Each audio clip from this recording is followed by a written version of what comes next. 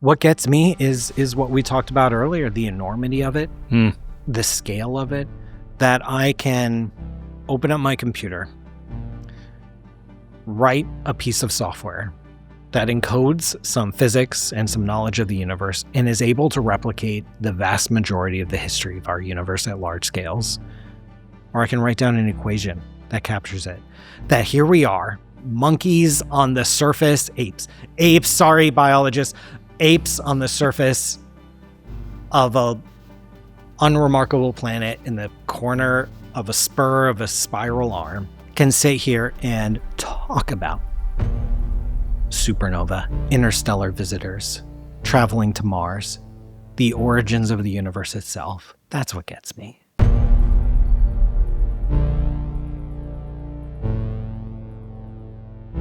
We're in. That's a good clap. That's a Thank solid you, clap. Mr. Spaceman. I get one clap for my entry. Usually I get more when people introduce me, but this show is just one clap. Yeah, we're a tough crowd. That's Hey, everyone is excited you're back. Even my dad. Hey, Dad. Did you hear Granddad last night? He was like, when's the Spaceman back on? I was like, he's on tomorrow. I was like, how did you know? He was like, no, I heard you talking about it. He listened to the last one. All right. That's one listener confirmed. We love it. We all love the Spaceman. Listen, Paul, you know how much I love your show. You know how excited I was last time, but when you messaged me and said, let's do it again, I'm like, okay, yes. When? Well, it's such a pleasure doing the show because you have more questions than I had to answer like during my thesis defense. And so this hour or like 2 hours, however long we spend, this is more intense than a physics graduate record exam. This is testing my knowledge of everything. And I love it. I love a good challenge. Well, we do a lot of politics. I told you that before. It gets a bit samey. Connor, if I could just do one subject all day, every day, what would it be? Space. I I think it's an escape from all the shit of politics, isn't it? Well, that's a real thing. That's a real thing. A lot of people listen to my show, read books. I encounter a lot of people. They'll email me and they'll say, thank you, Paul. Like I just the world is messy and it's complex and it's got me down, or I'm going through personal hardship and heartache. And I just listen to your show to just escape, to enter another world. And so I have a name for it. I call it astrotherapy, which is just totally made up and not professional. Do not take any therapeutic advice. Please seek a professional for assistance. But I do know that talking about these topics, like sitting under a dark sky, letting our minds wander throughout the universe, it does have a therapeutic benefit. It does for me. It's one of the reasons I love it so much, and it does for other people. So what a gift. Well, it's escapism from the world in that there's no politics with asteroids. There might be. Only if there's one headed towards us. Yeah, but it's pure escapism. But also some of the concepts that you talk about, some of the podcasts you've made are so wild. Some of even this morning, I'm listening to the show about the edge of the universe. I'm like, yeah, but there must be an edge. No, there isn't. That's just Stop it. Stop thinking. That's just it. But and then there's things that just like totally fry my brain. Like I was even when you were talking on the show about the edge of the universe, you were talking about the Big Bang was the universe. It wasn't. It happened right here. Yeah, it's just that was the entirety of the universe. And then I went down that rabbit hole that I'm sure you know people would go down. So, okay, but what started it? What triggered it? How did it happen? Why did it happen? If there's one there, can there be one somewhere else? And then my brain fries. But anyway, But the Big Bang was all the else's. There was. Well, so I have a question on that. Let's do it.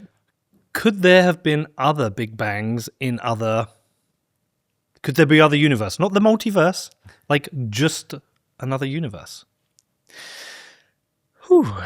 That's a fun question. That's a good one. What a way to open up this discussion.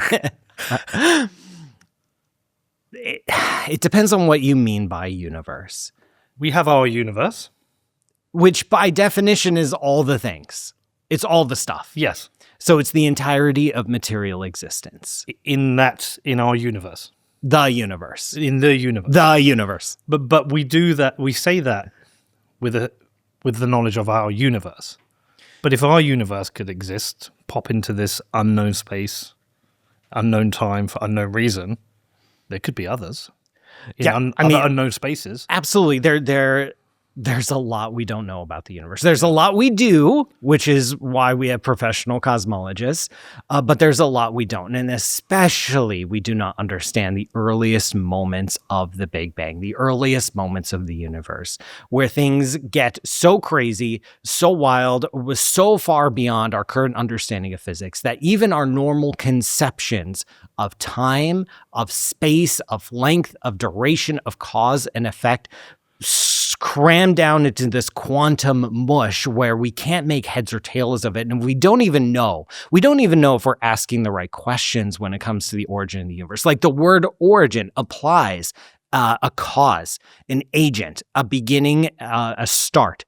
We don't even know if those are the right words to describe what is happening in those moments where we might be limited by like a fundamental bias of our consciousness that puts order, that is grounded in evolution, that is grounded in our our perceptions of space and time, where those are so baked into our DNA and how we approach the world that maybe we're missing something big. That's the kind of stuff that I like to think about when I look out at a dark, starry sky and let my mind wander, is maybe we're missing stuff. And so in questions like this, get to that. Questions like that poke at the edge of our knowledge, the edge of what we can even define sensibly as a science or even as a philosophy. And those are delightful questions. We don't have answers. I can't tell you like, yes, there's another universe, or yes, there are other dimensions, or yes, there are other planes of reality or existence, however, whatever kind of language you want to dress it up in. What we have access to is our observable universe, which is about 90 billion light years across. Because we have the, what was it? The cosmological event horizon. Yes. Is the edge of the observable universe. Exactly. Go on. You nailed it. Cosmological event horizon, also called the particle horizon, has a few other names. And that is the limit of information that has reached us or can reach us in the future. About 18 billion light years, is it? The 18 billion light years is, so there are a few different horizons. There are a few different edges in our universe. One edge is just under 14 billion light years away. This is called the Hubble radius or the Hubble distance. And our universe is expanding. It's getting bigger and bigger every single day. Galaxies on average are getting further apart from each other. The farther out you go in space, the faster the galaxies appear to be receding away from us, because there's more space to do stretching between us and that galaxy. And at that turnover point, at about 14 billion light years away, galaxies appear to be receding from us faster than light. So we can see those galaxies right now because the light they emitted started off when the galaxies were really, really close to us, and then they emitted a little bit of light, and then the expansion of the universe carried that galaxy away, and then the light finally hits us. So we can see the galaxy right now, but if we were to get in a rocket ship and blast off, we'll never, ever, ever be able to reach that galaxy because the expansion of the universe is carrying it too far away from us for us to ever catch up. So eventually, those galaxies will fade from view. Eventually, the light that they are emitting right now, like right now, at that instant, there is a distant galaxy that is emitting a bit of light. That bit of light will never, ever, ever reach the Earth because the expansion of the universe is too fast.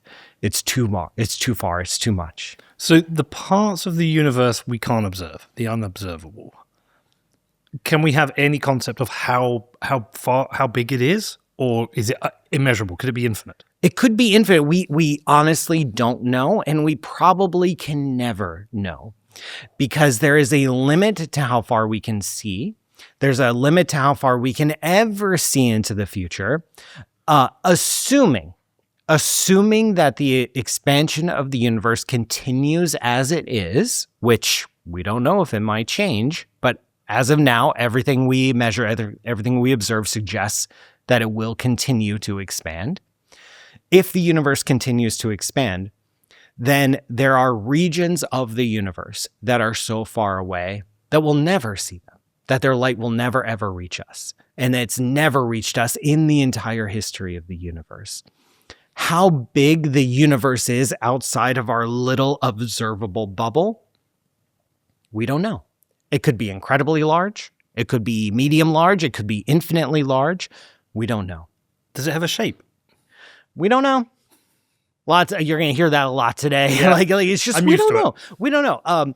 So we do know that our observable universe, the patch of the universe that we can see, which is about 90 billion light years across, is, as far as we can tell, as flat can be. It's geometrically flat, which means if you send out two light beams and they're racing in parallel, they will stay parallel forever. Unless they hit a black hole or something, but that's small stuff. On average, on very, very big scales, once you smooth out all the matter, these light beams will stay parallel forever. That is the definition of geometric flatness. However, my backyard looks pretty flat, even though I know the Earth is curved, but it's curved at a scale beyond my horizon, beyond what I can measure. The universe, we suspect, is much, much, much larger than the little patch that we can observe. And it could have any shape it wants. Parallel light beams could converge together. They could diverge away from each other. They could do weird, twisty, flippy stuff. They could come back around to where they started, but we don't know. And we unlikely will never have access to that information because it is by definition outside of our observable limit. The humble bee, a keystone species crucial to the survival of Earth's inhabitants. Here's how things would look if bees vanished. And here's how they'd look if humans vanished. But imagine if instead we became a keystone species by doing things the right way, by taking responsibility for our actions and becoming the solution. Iron mines the world's most responsible currency the right way. Because the future depends on it.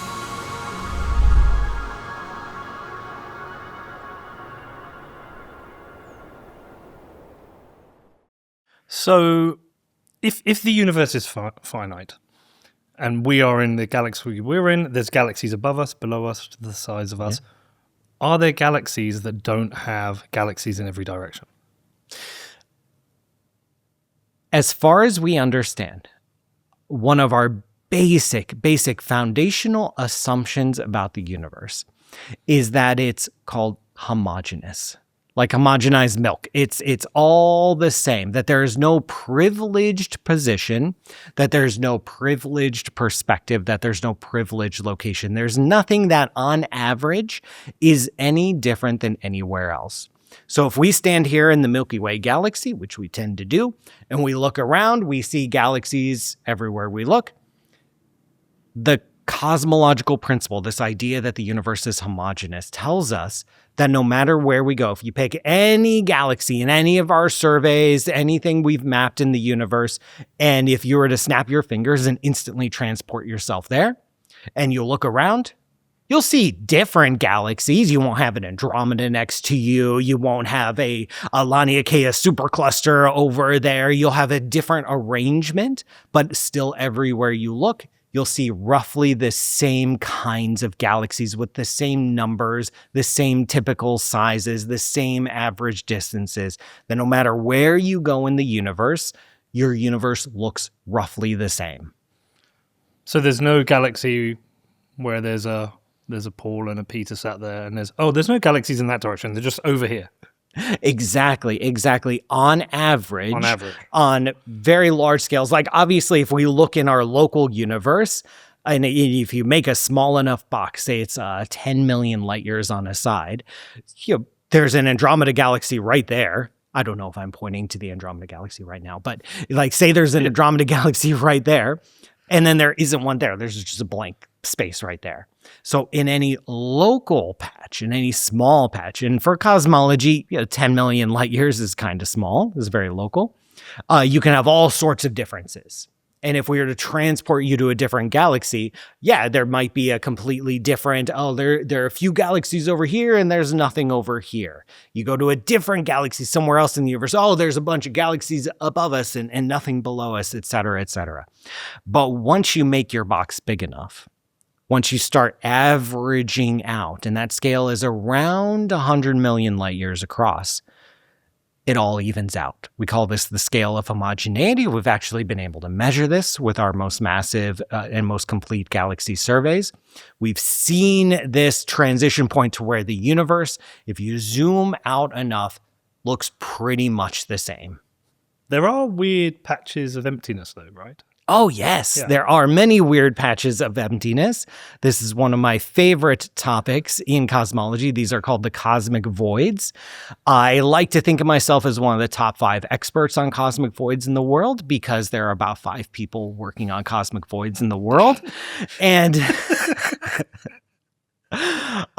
yes, so the cosmic voids are absolutely fascinating. I absolutely love them. There's this joke that an expert is someone who knows more and more about less and less. I'm an expert on absolutely nothing. This is what I spend my research time investigating is at the very largest scales in our universe, when you zoom all the way out, and I'm talking all the way out, where you're not talking about solar systems. You're not talking about spiral arms. You're not even talking about galaxies or clusters of galaxies. You're zooming so far out. You're taking such a broad perspective that entire galaxies are home to hundreds of billions of stars. But in our cosmological perspective, galaxies are just tiny dots of light. That's how far out you're looking. You're looking at instead, not at individual galaxies, but how galaxies are placed and arranged in our universe. And we call this the large scale structure of the universe. It's a pretty basic name, but it gets the job done. But it's also called the cosmic web. And it's called the cosmic web because it looks like a giant web. There's pictures of it. There are pictures of it. Can we pull up, do large scale structure of the universe or cosmic web? Is it American football shaped? It's kind of oblong. It's not a perfect circle when we see it. Yeah, like that. That's a cute. It's like a side egg. Oh, so the side egg. So what this is, go ahead and pull that image up. What this is, what you're looking at is the whole entire sky. So if you ever look at a 2-dimensional map of the Earth. So that's not the universe. It's the universe. That's our sky. And it's taking the whole entire sky and wrapping it up into a certain kind of projection that's called a Mulvide projection. And what this is, dead center, right in the middle, that is looking towards the center of our galaxy. And you see that bright patch, that's Sagittarius complex. That's right there, the core of the galaxy. And then the point at the back, pointing in the complete opposite direction as the center of the galaxy, is actually spread out across that entire outer rim of this egg. Just like if you look at a Mercator projection of a map of the Earth, the North Pole is the entire top line of the map, and the South Pole is the entire bottom line of the map. That's a similar kind of projection that takes our entire sky and squishes it down so we can print it on a piece of paper, which we like to do. But you can see all these maps. There you go. See that green one? This is what we typically get out of a galaxy survey. Looks like a brain. Looks like a brain. A lot of people, when you look at the cosmic web, one of the first things you identify it as, it looks like a collection of neurons. And so a very common question I get is the universe a brain? Because it kind of sort of looks like a brain. As far as we can tell, it is not a brain. Is there a quantum argument that it is a brain? No, I think it is one of these things that is just a pure coincidence. Okay. What's happening here, how you build a cosmic web, and you might be able to pull up a movie, let's say evolution of the cosmic web or growth of the cosmic web. We have a lot of simulations of this. We can't watch it in real time because how the cosmic web has grown has taken billions of years and no one can get funding for that amount of time. So instead we perform computer simulations of the growth of structures. And what it is, it's an action of gravity. And so, there's These are snapshots going from the past to the present day. If you wind back the clock billions of years, and you might even be able to pull up movies on YouTube of this. If you wind back the clock billions of years, the universe is pretty homogeneous, even more homogeneous than it is today. Even at small scales, it's pretty much the same from place to place. There are no galaxies, there are no stars, there are no clusters. There's just gas and dark matter, all filling up the volume of the universe. Hydrogen and some helium. Hydrogen, helium, a little bit of other, and then a lot of dark matter hanging out. And then there are random pockets, little seeds in this early universe that are just randomly, by pure chance, slightly more dense than their surroundings by like 1 part in a million. And that's enough. That's all it takes. Because that little tiny pocket that has just a little bit more matter than everywhere else has a little bit stronger gravitational pull, has a little bit more mass, so it can pull on its surroundings. It accumulates a little bit of matter.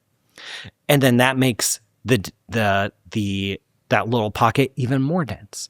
And now it has even more gravity. So it has even more gravitational pull, so it pulls on even more of its surroundings. And then it gets more massive and more massive and more massive. And then as the evolution proceeds in the universe, the rich get richer and the poor get poor. If you have a little bit of mass at the beginning, you end up with a lot of mass because you have a lot more stronger gravitational pull. And then if you don't have any mass, you get emptied out. And so what we see through this process of just random seeds, random little fluctuations, variations in the density in the early universe, you allow gravity to just do its thing, and all it does is pull. You take this process over hundreds of millions of years, billions of years, and you end up with this complex, tangled filamentary network where you have incredibly dense knots of galaxies. We call these the clusters. They're home to thousands of galaxies at a time. You have these broad walls that can stretch for tens of millions of light years. You have these long, thin filaments that connect the clusters together. And then you have the vast empty regions, which we call the voids, which are like the deserts. These are places that have been emptied out of matter to increase the density. Like our galaxy, our Milky Way, the material that it took to build the Milky Way had to come from somewhere. It came from the nearby local void. Billions of years ago, that's where all these atoms were, and then they got glued onto our Milky Way galaxy. So a lot of cosmologists study the cosmic web because it tells us about the history of the universe. If you change how the universe works, if you change what it's made of, if you change the forces that operate in the universe, then you change the appearance of this cosmic web. You change what it looks like. You change its statistical properties. This never happened. This would never have happened. You change one. We wouldn't be here now in this moment. There are some things like if you change some basic physics, like if you change the charge on the electron or the speed of light, then like stars don't ignite. But what we're looking at are properties of like dark matter and dark energy. Well, so we had a guy in it with Peter McCulloch. I think I emailed you about him. You did? Yes. So he said there's no such thing as dark energy and there's no such thing as dark matter. He says it's purely a thesis. It's never been proven. That is absolutely correct. What we call dark matter and dark energy are labels that we give to observations that we cannot ignore. We have hypotheses. We do have guesses about what is powering dark matter, what is powering dark energy, but we do not know what they fundamentally are. And these two sets of observations that we have when it comes to dark matter, what we observe in the universe is that matter in the universe inside of galaxies, the way galaxies operate, the way galaxies move around in clusters, the way that this cosmic web has grown over billions of years, everything's acting as if there is more matter than what we can see. Quantized inertia theory. Yes. Yes. So we have this set of observations. When we look out in the universe, everything is acting as if it's heavier than what it seems. When it comes to dark energy, what we observe is that the expansion of the universe is accelerating. We can't get away from these observations. These are raw observations. These are indisputable. Like we go out and we see distant supernova and they are dimmer than they're supposed to be. We go out and measure things like something called the baryon acoustic oscillations with the DESI results that came out earlier this year. It has the shape that we expect based on the existence of dark energy. Like we can't get away from these observations. Now we're trying to explain it. Why does matter appear to be heavier than it looks? Why do galaxies appear to have more matter than what is being emitted by light? Why does the expansion of the universe accelerate?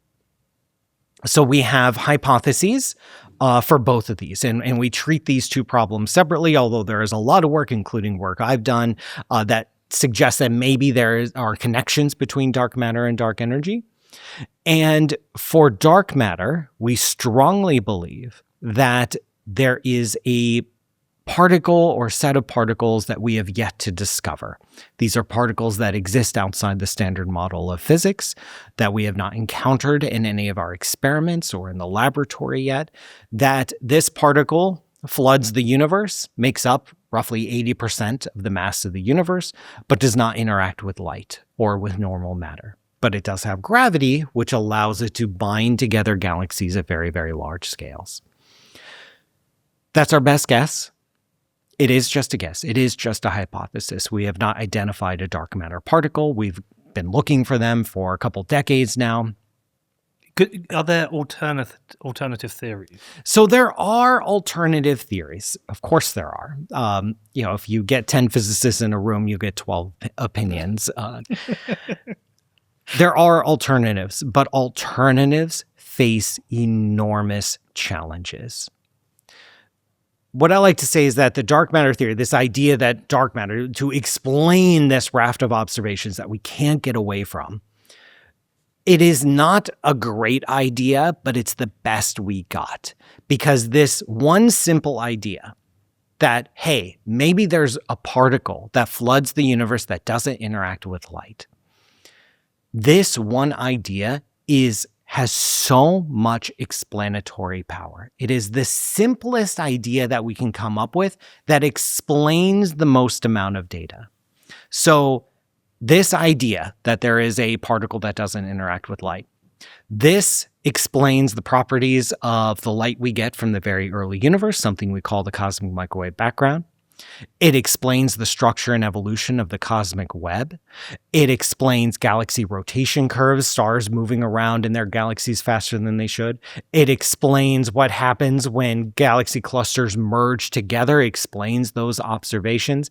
We can tick off the boxes of what this hypothesis is able to explain, which is why we're so interested in this hypothesis and why we think we're on the right track, because it has the best ability to explain observations on everything from galaxies up to hundreds of millions, billions of light years, and stretching back billions of years in the history of the universe.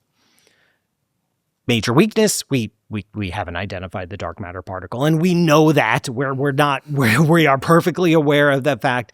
But if you start proposing alternatives, which you're welcome to do, I have people do it all the time, especially when we're really bored and experiments aren't, taking a while to get funded. You got to kill some time. So you kill some time by coming up with some wild ideas. Are there any you like? No. There's no second place to dark matter? Not really. And the problem is, if you come up with a theory, say one of the most popular alternatives to dark matter is maybe we're misunderstanding gravity. Maybe Einstein's gravity, maybe Newton's gravity. Maybe once we get out to galaxy level scales, who said that our understanding of gravity has to match with how the universe actually operates at large scales? So there have been a lot of attempts to modify gravity, to adjust our theory of gravity. Every single one of those has failed some observational test or another. And so, yeah, dark matter isn't all that great, but it checks all the boxes. And alternatives to dark matter only check some of the boxes.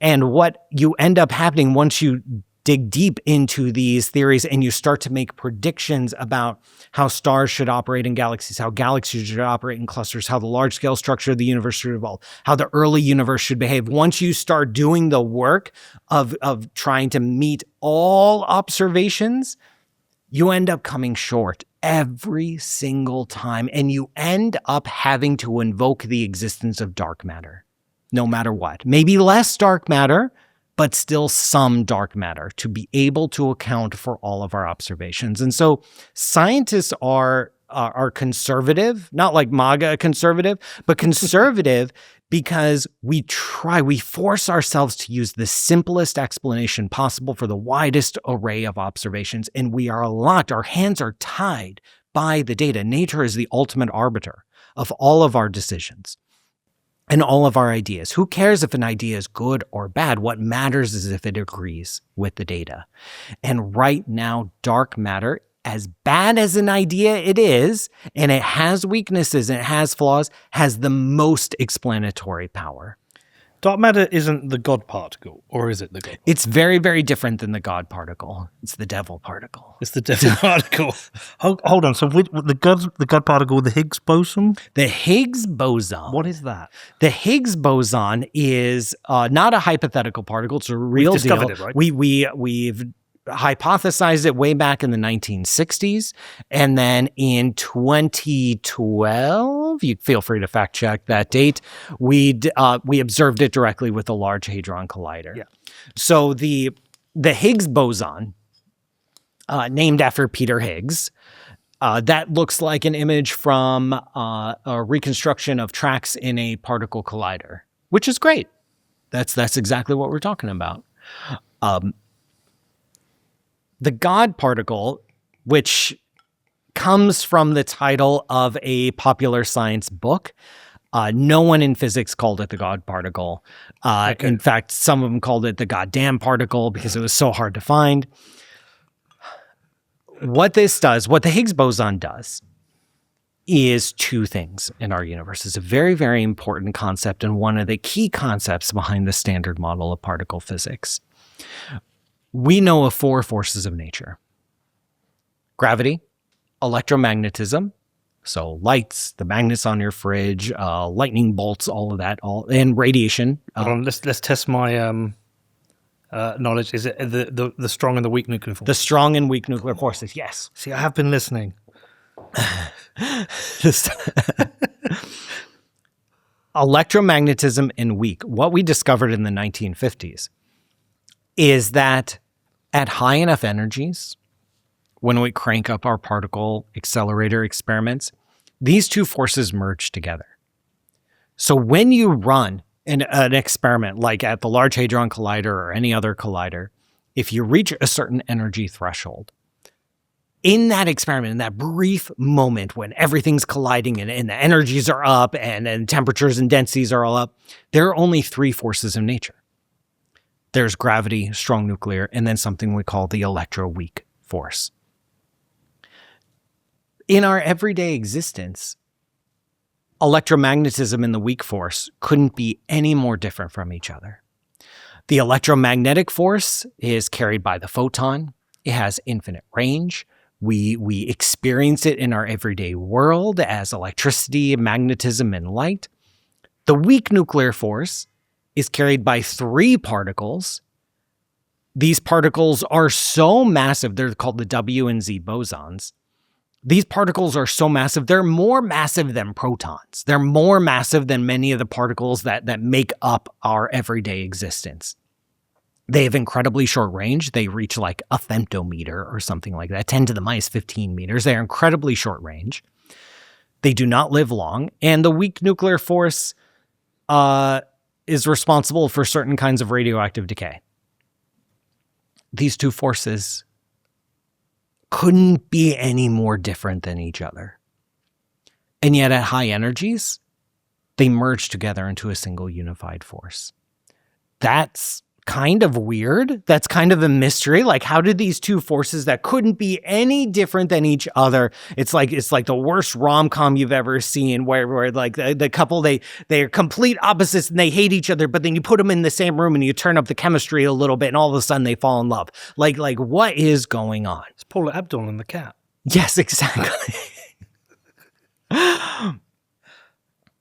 What the Higgs boson does, what was proposed by Peter Higgs and quite a few others in the 50s and 60s, was that there's another ingredient in the universe. There's this other particle that does the job of driving a wedge between these two forces. That at high energies, these forces have enough energy that they can ignore the Higgs. They don't talk about it. But then at low energies, the Higgs comes in and splits them apart and drives a wedge between them and keeps them separate. As a bonus, so that's the job of the Higgs, is to split up electricity and electromagnetism in the weak nuclear force. Peter Higgs discovered that the presence of this entity, the presence of this particle, does something else. It explains why particles like the electron have mass. Because the electrons are forced to interact with the Higgs, because the Higgs is here, it's everywhere. You look, the Higgs just subsumes or is absorbed by all of reality.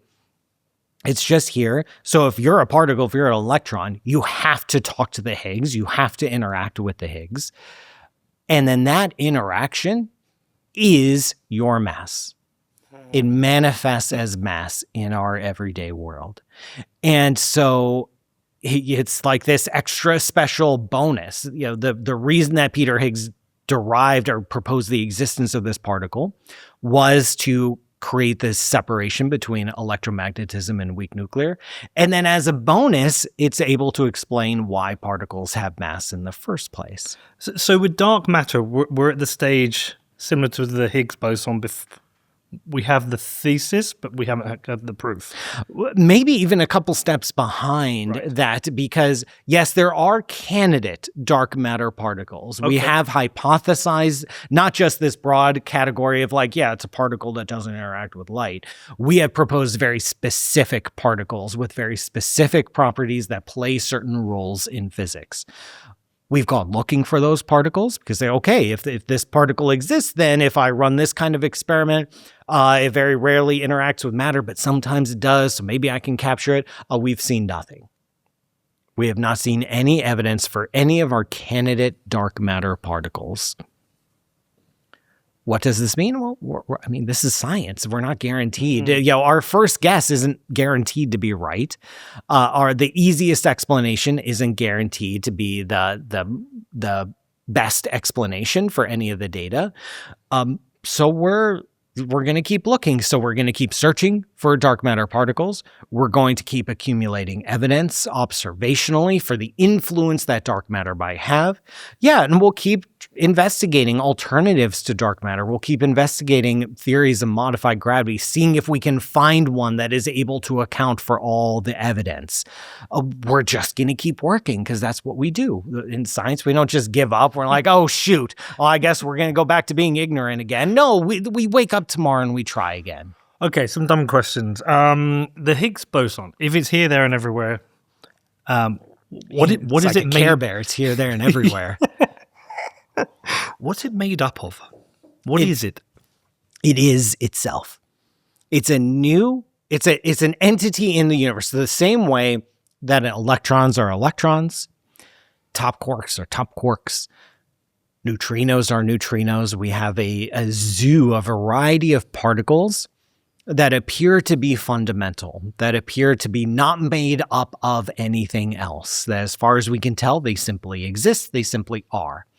The Higgs boson is one of those. It is one of the characters as part of the main cast of the play of our universe. And we can't break it down into smaller components. It's not made of anything else. Why does the universe have electrons, quarks, neutrinos, Higgs boson? We don't know. So on this podcast, you are definitely hearing me talk about Bitcoin a lot. Well, why? We live in a really strange time with governments driving inflation with their reckless spending and endless money printing. There is a way out of this. There is a way to protect your money, and that is by stacking Bitcoin. I've made loads of shows about Bitcoin. You can go and research this. You can go and read the books. But the truth is, it is the hardest money ever created. If you are interested in protecting your financial future, it's time for you to get on the Bitcoin train. I've been stacking Bitcoin personally and through my businesses since 2017. It's protected me, it's secured my family's future, and it also strengthens all of my businesses. So if you want to start stacking Bitcoin, where do you do it? Well, for me, it's with Gemini. They're a fully licensed, full reserve exchange and custodian, so they give you a secure way for you to buy and own your Bitcoin. There's no risks and no funny business. So if you're serious about stacking Bitcoin the right way, head over to Gemini.com, which is GEMINI.com. Okay, so even more basic question.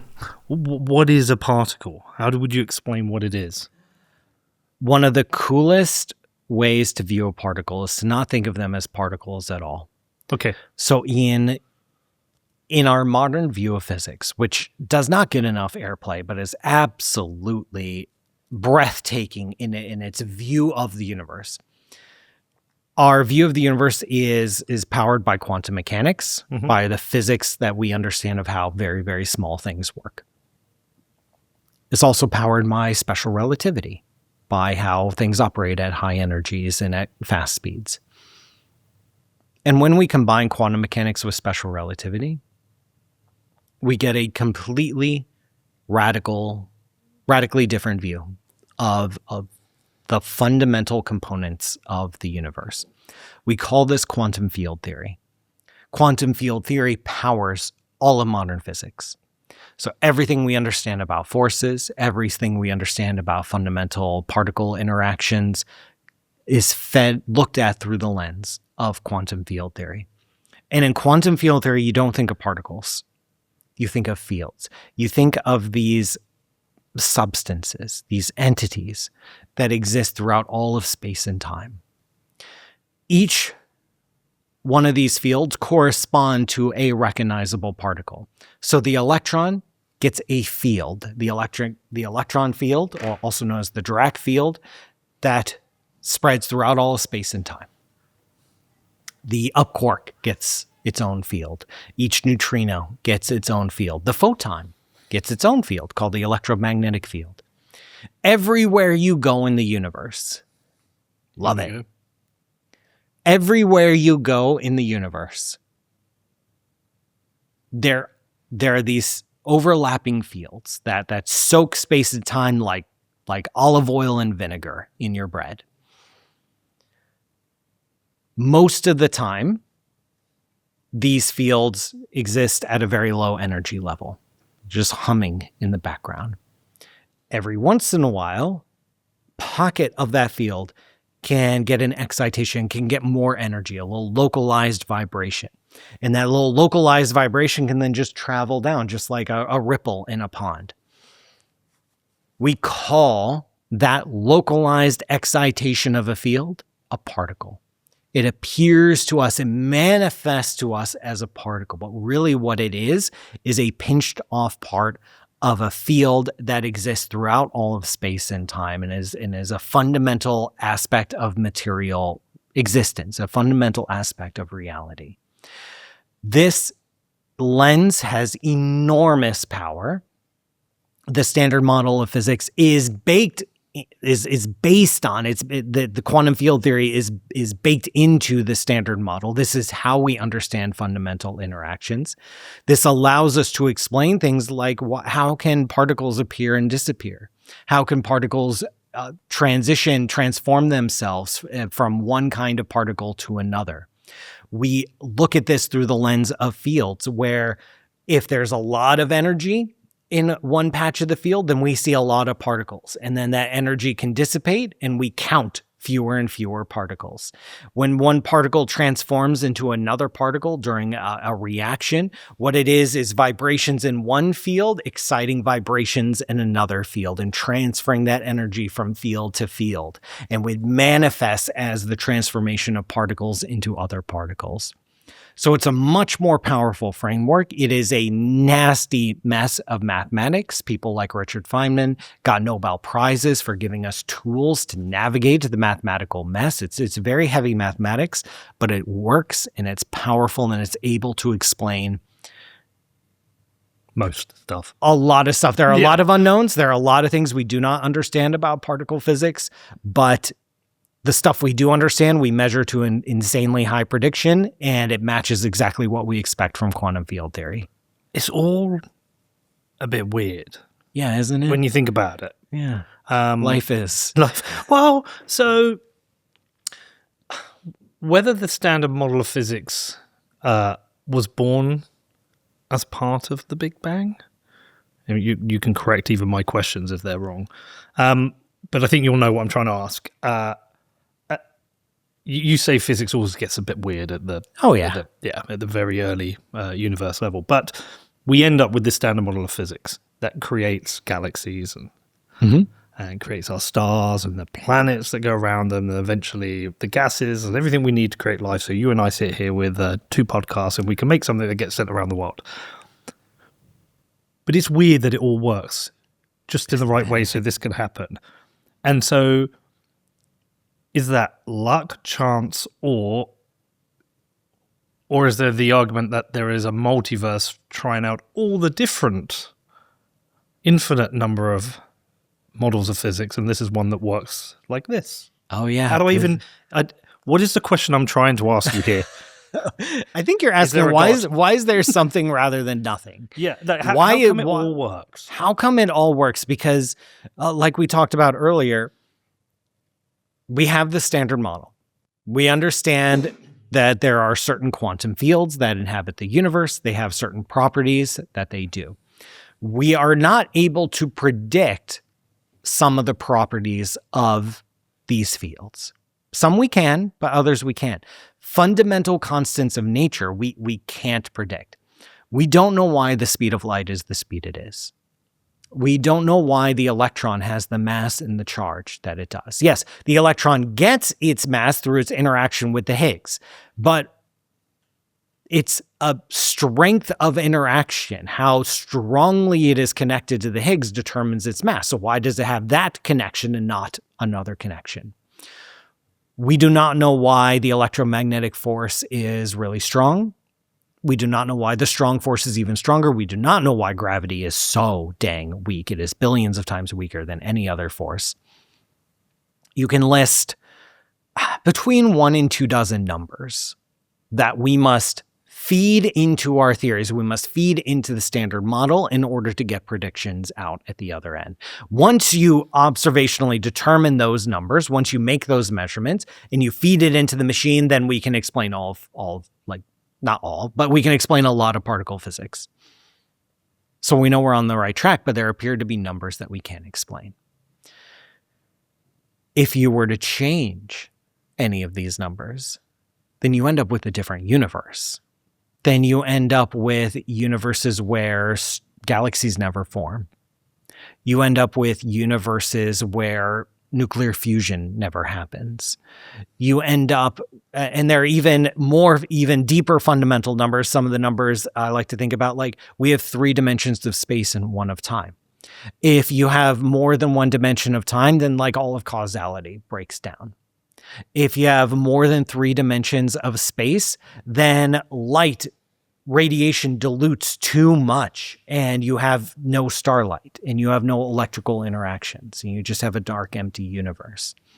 So we find ourselves here in a universe that appears to be tuned.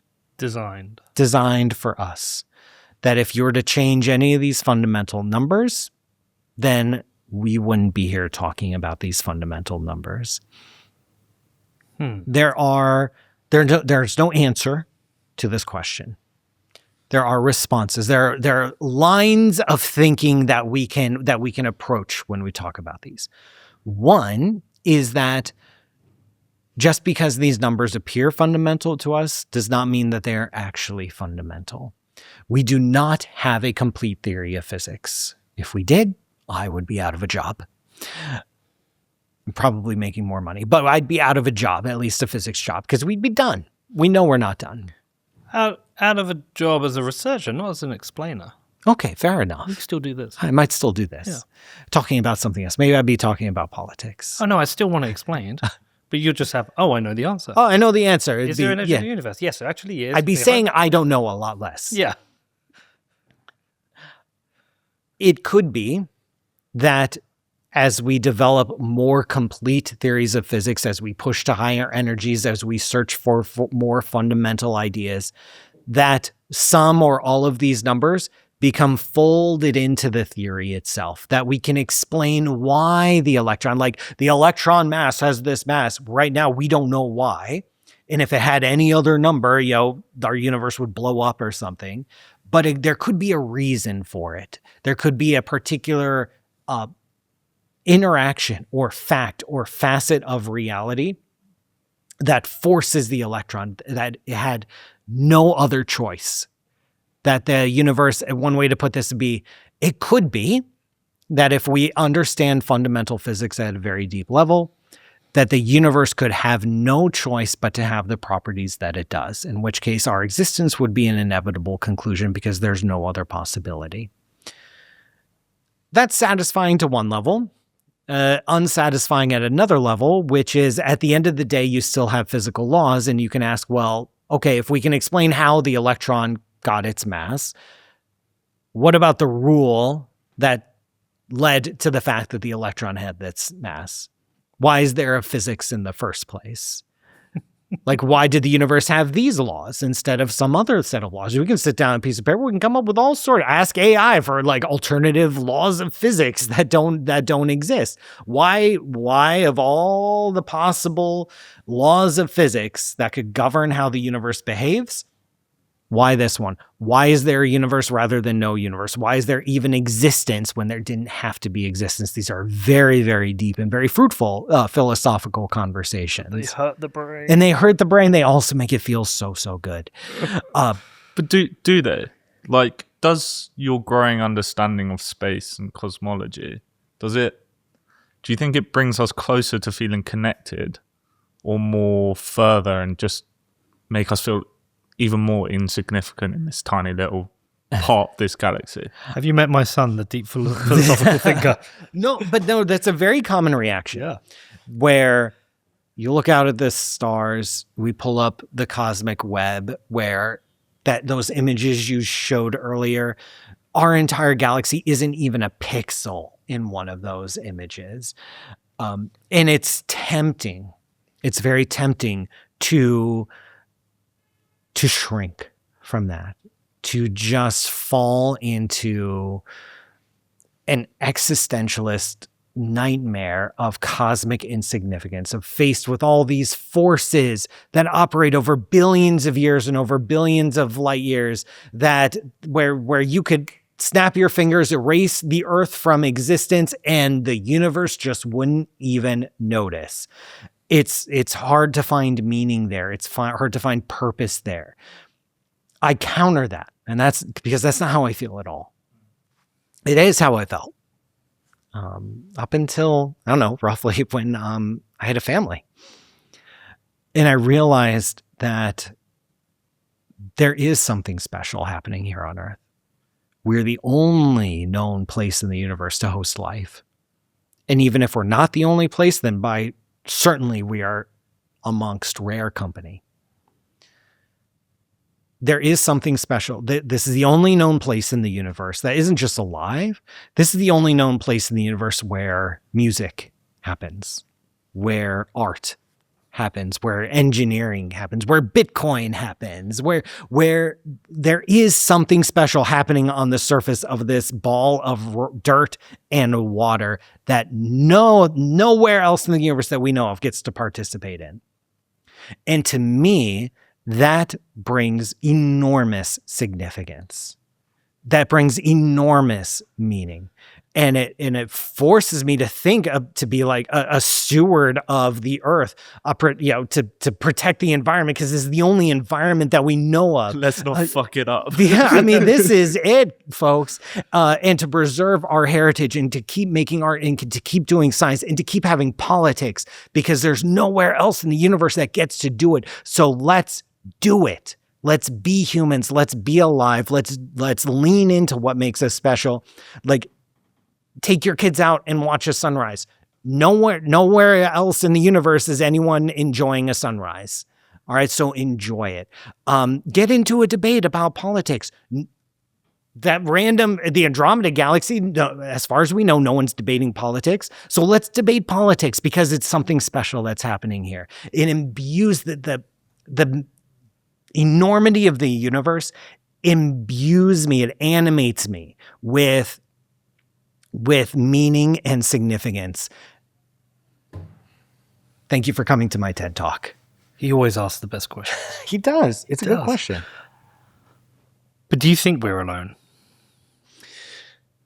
I have to preface this, because there's a lot of ways to twist what a scientist says for nefarious purposes. All available evidence tells us that we are alone. We have absolutely no evidence anywhere from any observation whatsoever that there is life, or especially intelligent life, out there in the universe. That said, if you go out in the middle of the desert and you get a clear, dark sky, free from light pollution, free from atmospheric turbulence, you'll see about 3,000 stars from horizon to horizon. And if you haven't done that, you absolutely should, because it's a transformative experience. The sky, as our ancestors knew it, is completely unlike the skies we're used to in the modern world. Just 3,000 stars. A tiny, insignificant percentage of all the stars in the Milky Way galaxy. There are 300 billion stars in the Milky Way. There are 2 trillion galaxies in our observable universe, and the whole entire universe might be infinitely large for all we know. But just that taste of 3,000 stars in the sky, I cannot sleep at night thinking that's all for us. That this is it. That every star, every gas cloud, every black hole and neutron star, every cosmic void and galaxy cluster is meant for just us to understand, to appreciate, and enjoy. I want to share it. I don't want to be alone in this universe. I don't want humanity to be alone. I want everything I just said about what's happening here. It's certainly rare, but I would love to share it with someone else. And so I can't fathom the thought. This is a very unscientific approach, but that's okay, because science is my day job. I'm allowed to be a non-scientist when I'm off the clock. And it's to hope that there is someone else out there. Mathematically, there's been research done and that mathematically the odds are that there should be other planets with the conditions that we have here that we know support life. Yes. Oh, in fact, we know that. We know that. We can estimate, so we know of around 5,000 to 6,000 planets outside of the Earth. Hold on, didn't even in the last few weeks we find a moon of Jupiter that could perhaps support life? Oh, yeah. Oh, yeah, there are so many potential homes for life. And this is both good and bad news, because the good news is we're finding a lot of potential homes for life. The bad news is every time we've looked more deeply, it turns out to not be alive. And so it makes life even more precious and even more fragile. But we know of around 6,000 exoplanets. We suspect there are around 1 trillion in the Milky Way galaxy. You know, what's a few hundred billion amongst friends? But it's like roughly 1 trillion planets in our galaxy. If we were to narrow this to the subset of just planets about the size of the Earth, orbiting around stars like the sun, in just the right distance from their stars to be able to have liquid water, we're looking at around 5 billion copies of the Earth in the Milky Way galaxy alone. Okay. Yeah. Is that the Goldilocks zone? It's the Goldilocks zone, where you're not too close where all your water evaporates and not too far away where all your water freezes, where you can potentially have liquid water on the surface of a planet. Plus, on top of that, but we have not found a copy of the Earth yet. We've been trying, but we haven't spotted one yet. But we do know of Earth-like planets in the Goldilocks zone around small red dwarf stars. In fact, our nearest neighbor star, Proxima Centauri, has an Earth-like rocky planet in the habitable zone around it. We found lots and lots and lots of examples of those. Is that a problem that it's around a red dwarf? You know, one man's trash is another man's treasure. There's definitely downsides to being around a red dwarf. One is that red dwarf stars, these are stars like 10 to 20% the mass of the sun. They are very temperamental. They can get star spots that cover half their faces. They can have enormous flares, and that's generally bad when there are huge doses of radiation. Life tends not to appreciate that. And to get in the habitable zone of a much dimmer star, you have to be like right up close to it. Like Proxima b, the planet that orbits Proxima Centauri, is closer to its star than Mercury is to our sun. Okay. But the star is pretty damn much close. dimmer, so it can survive. But anytime there's any little flare, you're getting a face full of it. On the other hand, red dwarf stars live much longer lives than stars like the sun. So our sun is middle-aged. It's about 4.5 billion years old. It's got about 4 and change billion years left before it turns into a red giant and we all die. So life on the Earth. Good night, everybody. Life on Earth has about a 10 billion year span. Yeah. To make it. A red dwarf star can last for 10 trillion years or longer. So there are a lot more chances for life to gain a foothold. And if a flare wipes out all life except for one tiny little microbe, it's got time. It can play the long game. So there are a lot more chances for life to develop around a red dwarf star. Also, red dwarf stars are much more common than the bigger stars. The universe, it's easy to make small stuff. It's hard to make big stuff. So there are hundreds, if you look at the night sky and you look at your 3,000 stars on your horizon, if you go to the distance of the most distant one that you can observe with the naked eye, and I forget exactly how far away it is, it's a few thousand light years. And if you draw that sphere, within that sphere, including both horizons, there are about 6,000 visible stars. There are about 1 million more that you can't see with the naked eye. These are the red dwarfs. You can't even see Proxima Centauri, our nearest neighbor, with the naked eye. So red dwarf stars are by far the most common kind of star, so you're increasing the odds. Okay. And 5 billion within the Milky Way. Of Earth-like copies around Sun-like stars. And so Is that probably- the issue, though? Are we looking too much for humans and not for life, if you know what I mean? Who's to say that they need water? That's an excellent question, and this is one of the major driving forces behind exobiology, so searches for life outside of the Earth. Not just intelligent life, but any kind of life. We'd be happy with a microbe. You know, we could shake, maybe it's not its hand, but its cilia or something. It's a start. It's a start, all right? And then we would know that life can be seeded elsewhere. We do focus most of our efforts on searching for life like our own. Life that uses carbon as a basis, that uses water as a solvent, that uses carbon dioxide and or oxygen. We are focusing our efforts, most of our efforts, not all of them, but most of our efforts on Earth-like life because we know what to look for. And because the chemistry that makes life possible here on the Earth is pretty standard. What do we use? We use carbon and oxygen, we use water. Water is the most common molecule in the universe. Carbon and oxygen are amongst the most common elements in the universe. we use phosphorus, we use hydrogen, like nitrogen, if you look at the base ingredients of life, it's all the really common stuff.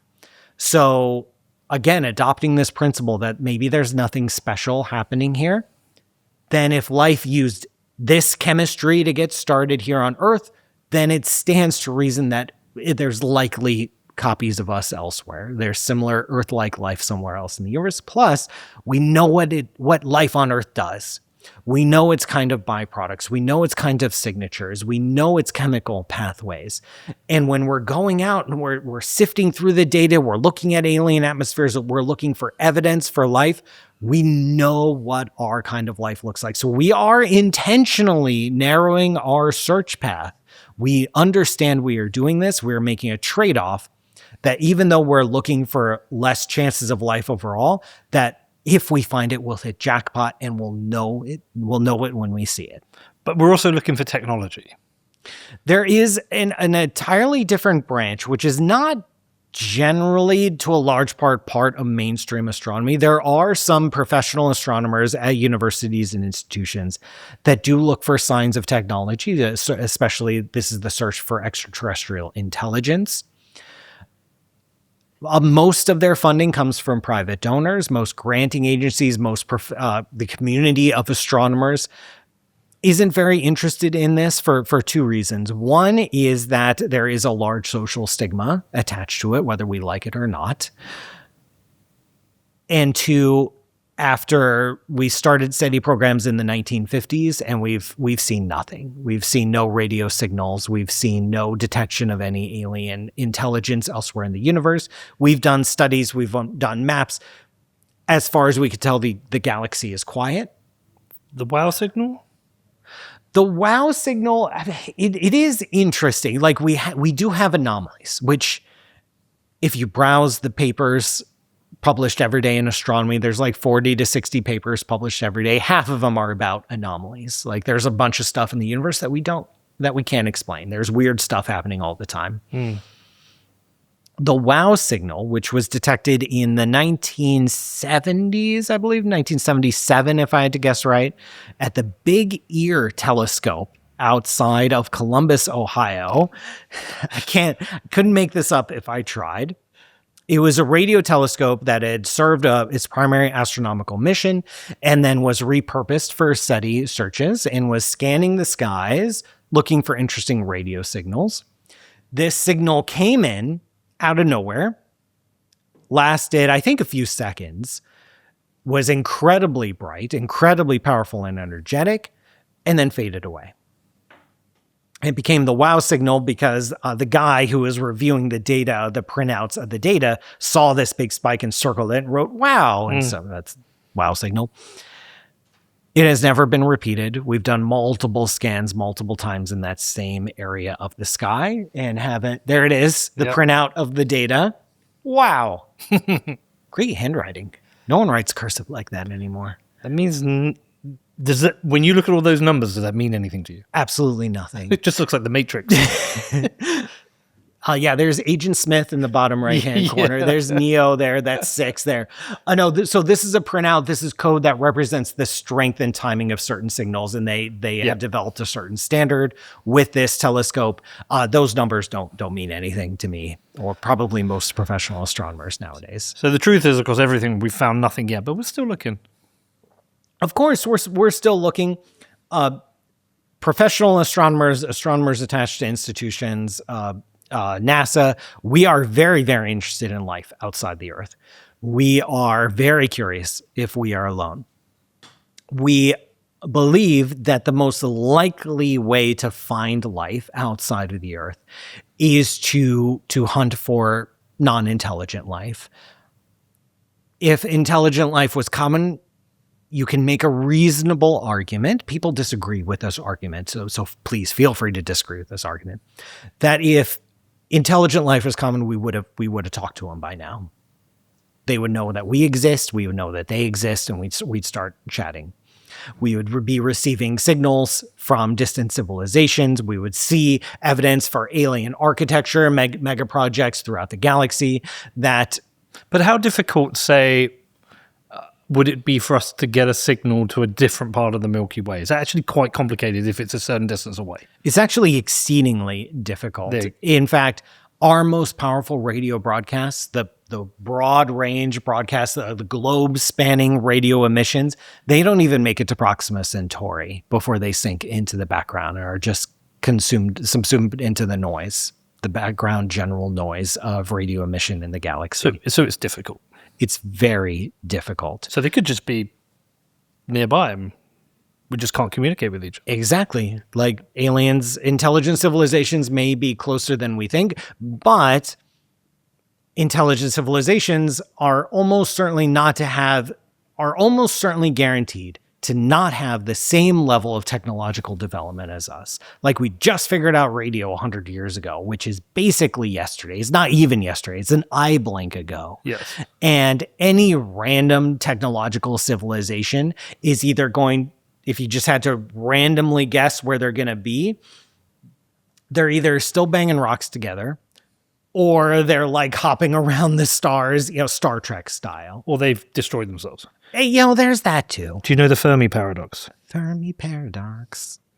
So let me do my version. Go for it. And then you do the proper version. The Fermi paradox is the thesis, that might not even be the correct word, that the reason we haven't talked to other civilizations is at a certain point they destroy themselves. Is that a fair? They can't get beyond a certain... That's more the great filter. Oh, is that the great argument. filter? The Fermi paradox is more fundamental than that. The Fermi paradox is the question itself, which is, if there's nothing really special happening here, we're an average planet around an average star. If life isn't special, then where is everybody? So something. Go back to asking questions, big. Yeah, I'll go back to it. Hey, I've done a couple okay today. I've learned something. You've been great. You've been great. So the Fermi paradox is just that. Like, okay, if everything about our situation is not very special, which is a very safe assumption to make, then there should be life everywhere, and we should have seen it by now. But we don't, which means something has to make intelligent life largely unobservable. Because the galaxy's been around for a long time. The Milky Way galaxy is over 10 billion years old. Human civilization, radio communication has been here for a century. Humanity, modern humans have been here for 40,000 years. And then anatomical humans, 200,000 years. That's nothing. There are hundreds of billions of stars that have been around for 10 billion years. Surely someone should have cracked how to, spread themselves amongst the stars, do whatever they want. We should see probes everywhere. We should see monoliths in our backyard. We should see giant smiley faces carved into moons. We should see evidence for it everywhere. So something in this line of thinking breaks. It's very important that you don't lose this, okay? This is your inheritance through Bitcoin. Let Bitcoin rip. Don't rip up your Bitcoin. Set up inheritance with Casa.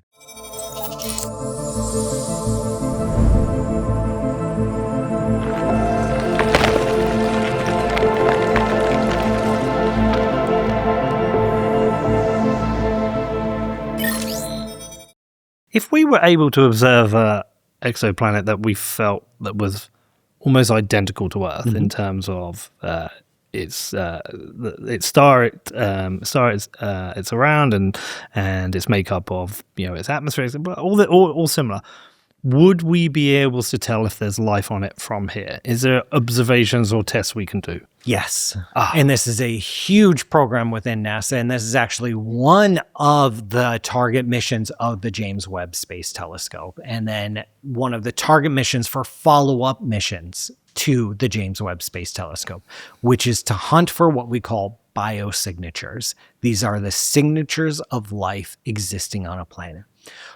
The key idea here is that what life does to a planet is throw it out of equilibrium. If you just take a ball of rock slap some water on it, give it an atmosphere. Eventually, it will find some equilibrium. Certain gases will evaporate and float off into space. Others will get caught up in the water. Others might get bound up into the rocks. The rocks might gas out a little, but eventually, if you give a planet enough time, it will just hang out, being a planet with a certain mixture of gases. But then you add life to the mix.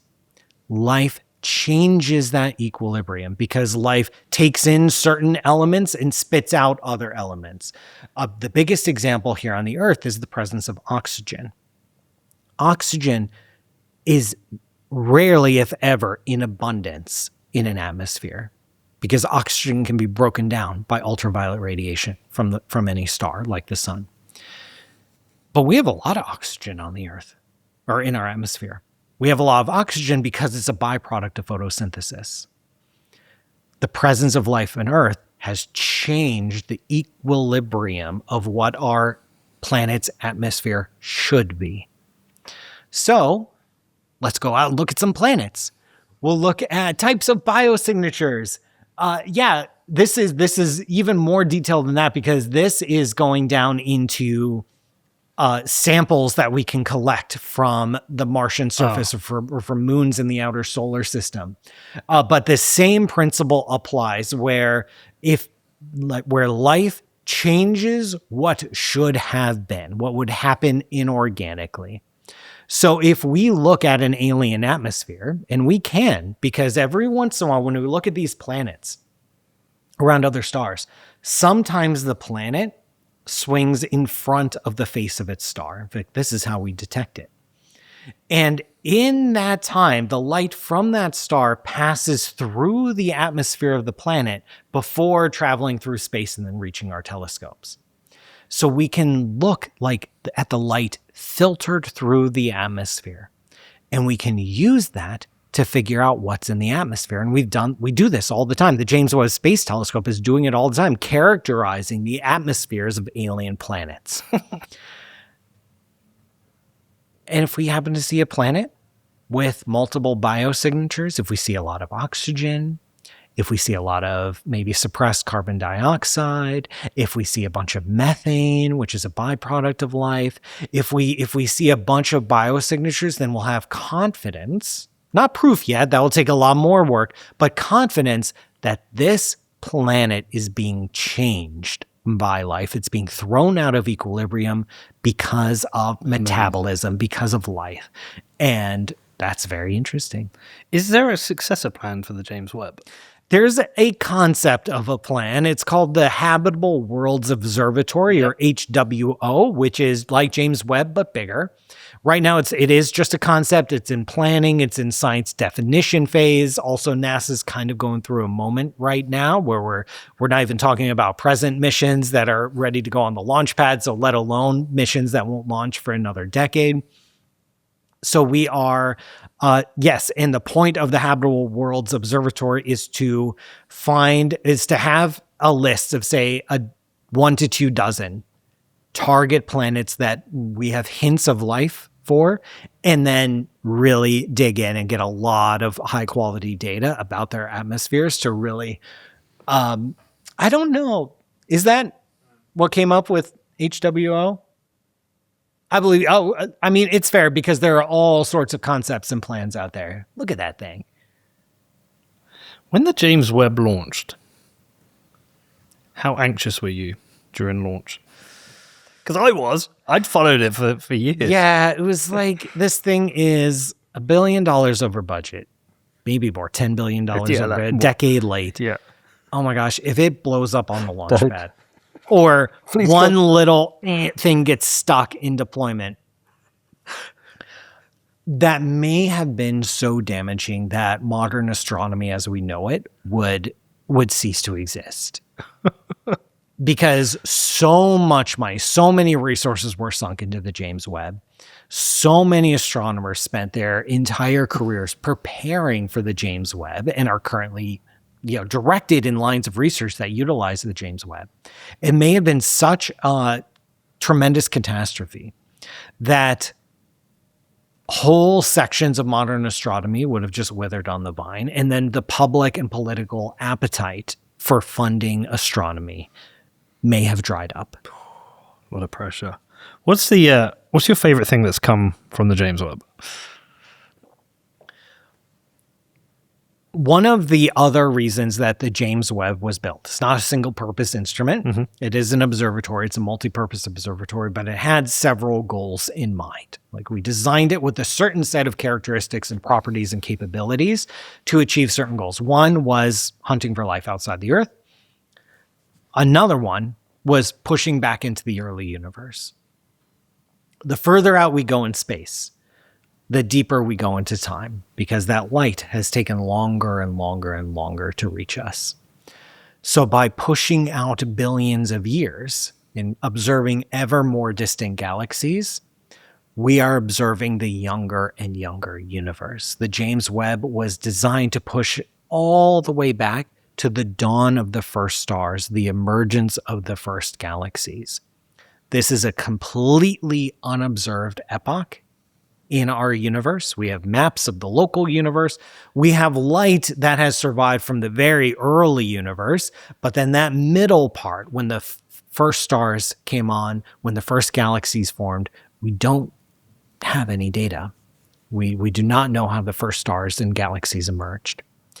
And what the James Webb is finding is that galaxies emerged very quickly, much faster than we thought they would. Not enough to break our understanding of cosmology, not enough to break our overall understanding of the history of the universe, but definitely the James Webb is teaching us that there were physical processes happening in the early universe that we certainly don't understand and may have been very different than the physics that dominates galaxies and stars of the present day. Could that have been dark energy being a lot more powerful in the early, or is it any of that? Actually, dark energy, we know in the very distant past, was actually very weak. Okay. Or another way to put it, the simplest model of dark energy, again, we do not understand dark energy. We only have these observations. But the simplest explanation for dark energy is that it's been a constant throughout the entire history of the universe, that its strength hasn't changed. This might be upset by some recent observations made with the DESI telescope, but leaving that alone, it certainly wasn't very strong in the past. And our best guess is that it's been constant throughout all of time. But what's different about the past is that the universe was smaller. We live in an expanding universe. Everything's getting further away from everything else, which means in the distant past, the universe was smaller, which means it was denser and hotter and more energetic. When you wind back the clock billions of years, all the galaxies are closer together. All the matter is tighter. And when you have that density of matter, dark energy doesn't matter. Dark energy doesn't care. It can't show up. It's too weak to do anything. Only once all the matter dilutes and once the universe thins out, that this weak dark energy that's been lurking in the background the whole time can finally start to dominate what happens at large scales. And this transition point happened around 5 billion years ago. About 5 billion years ago, matter in our universe diluted enough, became weak enough, that dark energy, even though it's always been weak, was finally the strongest thing left. That transition point happened about 5 billion years ago.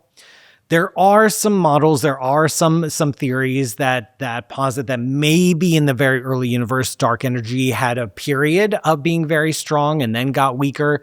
Those are very hypothetical. We're not exactly sure how those ideas work or if they're even viable. But in this period of star formation in the early universe, this is a period when the universe is a few 100 million years old. So less than 1 billion years old when the first stars and galaxies emerged. And that was a surprise. We knew that it happened here. What we thought was that this would be a nice, slow, gradual process where the first stars would come, and then a few 100 million years later, the first galaxies would emerge, and they'd be really tiny, and then they would slowly build themselves up over billions of years. What we're seeing instead is we go back 500 million years after the Big Bang, 600 million years after the Big Bang, and we have nearly mature galaxies. It's like walking into a kindergarten class and seeing teenagers crammed into those tiny desks. They're not fully adults, but they're certainly not little kids. And so this was a surprise. This is very, very interesting. This is telling us that our naive models and theories of how the first stars and galaxies emerged, it's probably wrong, which is very exciting because then we get to learn something new. Connor, can you get up some of the James Webb images? Because I do have a question. It's a very simple question regarding these. But when you see these beautiful images from the James Webb, let me pick a different one. See the Oregon Public, see that one. Okay. Are these actual colors, or do they choose colors to make the image observable and so we can understand it? These are false color images. Okay. This represents real information, but it is not as the human eye would see this. So the color is used so we can understand it and observe it. Exactly, because the James Webb Space Telescope is an infrared telescope. It has like night vision goggles, and it does this so it can, because this is a great wavelength for studying the elements in alien atmospheres. This is a great wavelength for studying the early universe. This is a great wavelength in this case for looking at star forming regions. And so they take very specific wavelengths of infrared and map that onto a visual color spectrum so that we can have a better understanding visually. Because human brains are really good at picking out structures and patterns. Is that likely Hubble versus James Webb? Tell us the more detailed information. If I had to guess, yes. Yeah. Looks like it. Connor, should we talk about Mars? Yeah. Connor has been saying to me ever since the last show, we have to get Paul back. Okay. And we have to talk about life on Mars. Life on Mars. Let's do it. You got to ask the first question. When do we go? Oh, our life on Mars. Yeah. We want who cares about stupid aliens? No. Who you want? We're messing up this beautiful planet that you talked about. So let's try again with an even worse planet. Yeah. Yeah. Is life on Mars possible? Yes. It is. There is no law of physics that prevents us from establishing a short-term or long-term or even permanent presence on Mars. That said, my best guess, and this is purely a guess, is that getting to Mars, even sending a single mission to Mars, we're 2, maybe 3 generations out from that. So, 40, 60 years from boots on the ground on Mars. A long-term presence, that's a generational problem. That is a centuries level endeavor. And that assumes our current pace of technological sophistication and developments, that assumes current pace of funding appetites from the public and from policymakers, that assumes certain levels of continued investment, that even with that, we are very, very far away from Mars. It's not impossible, but it's exceedingly difficult. To put some things in perspective, a minimum, with our current technology of rockets, which use chemical reactions to power themselves, that sets a certain speed limit. That sets a certain mass limit. It puts hard physics limits on how powerful and how big of a rocket you can get to Mars and how quickly you can do it. With our current technology, the minimum duration Mars mission is around 2 years. To get there.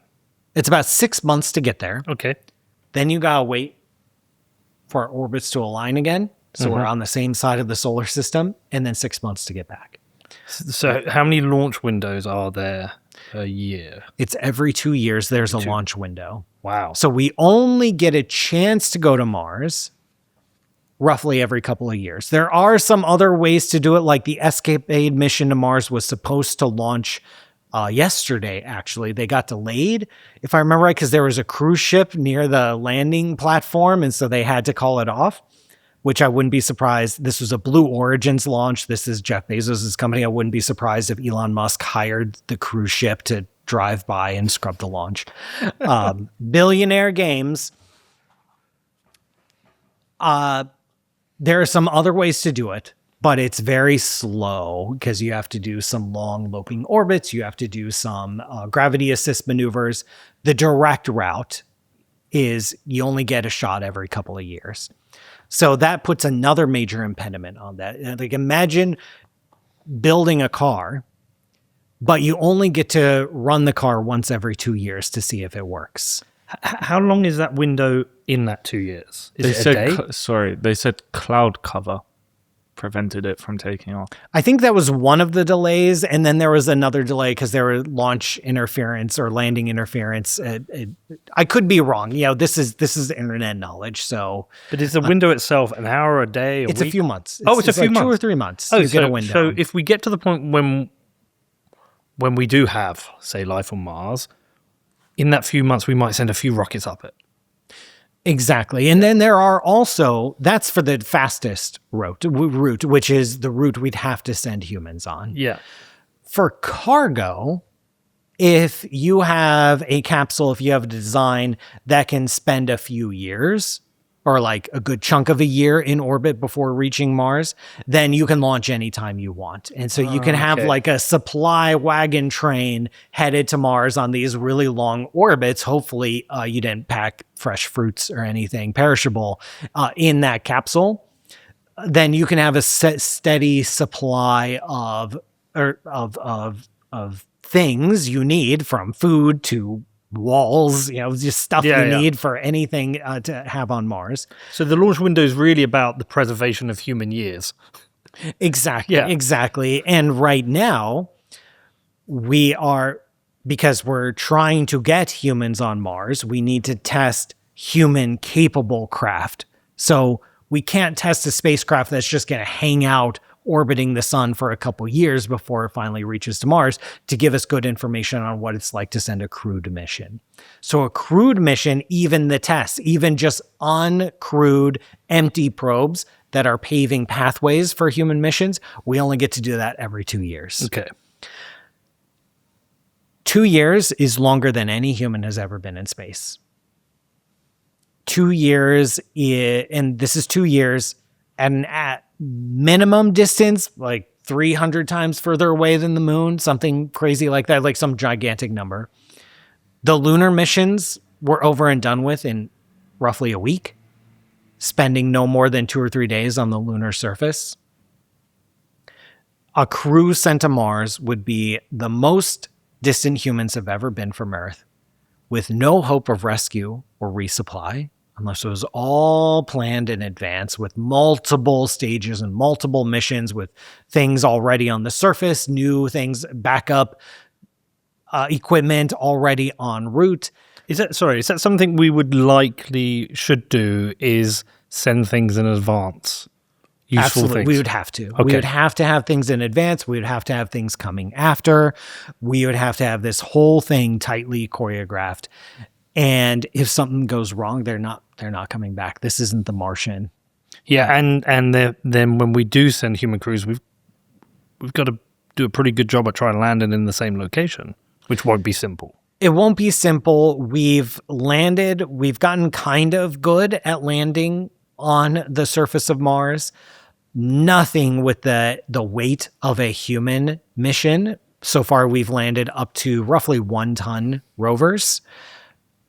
We would need a lot more tons to support a human mission. And but none of this is impossible. None of this is pure science fiction, but it is enormously difficult. We have not solved the vast majority of technical challenges we would need to solve to land a crew on Mars, let alone set up a long-term presence.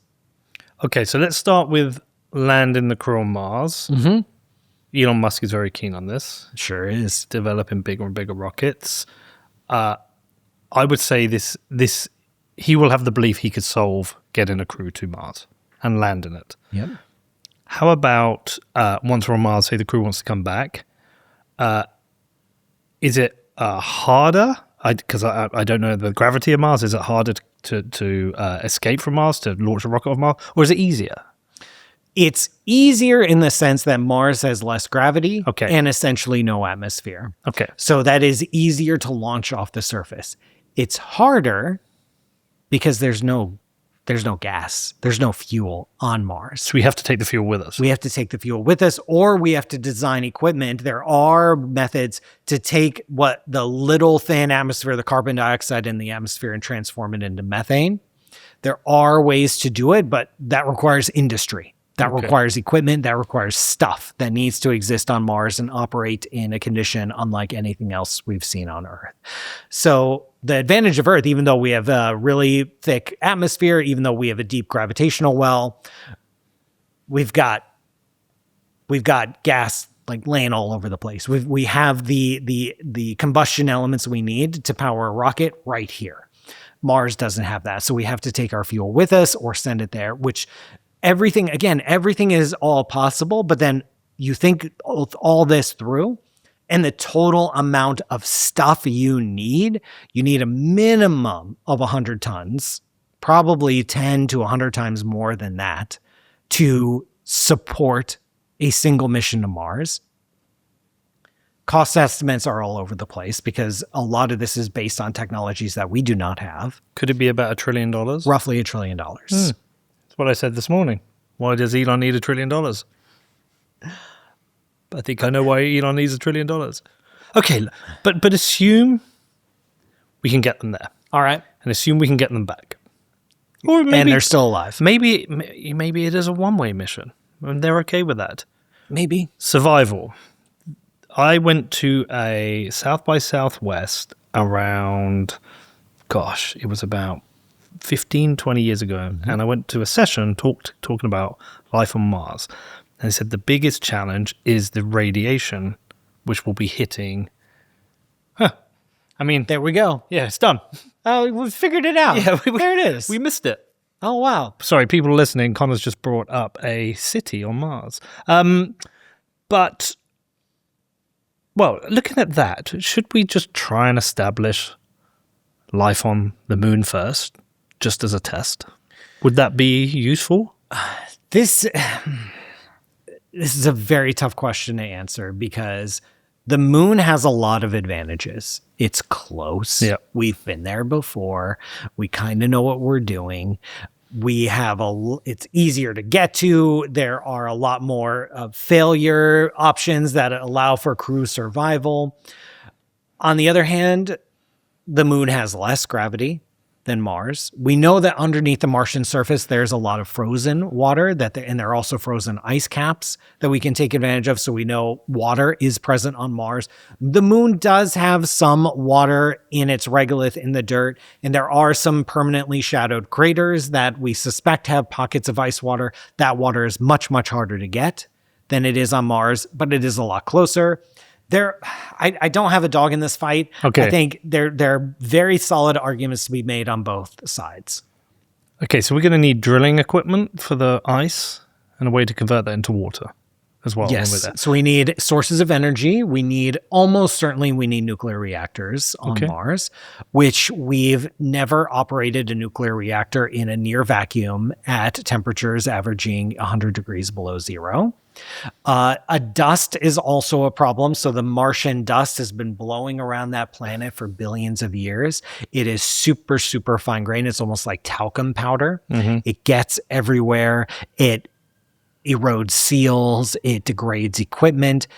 It covers solar panels. It's unlike any dust we have on the Earth.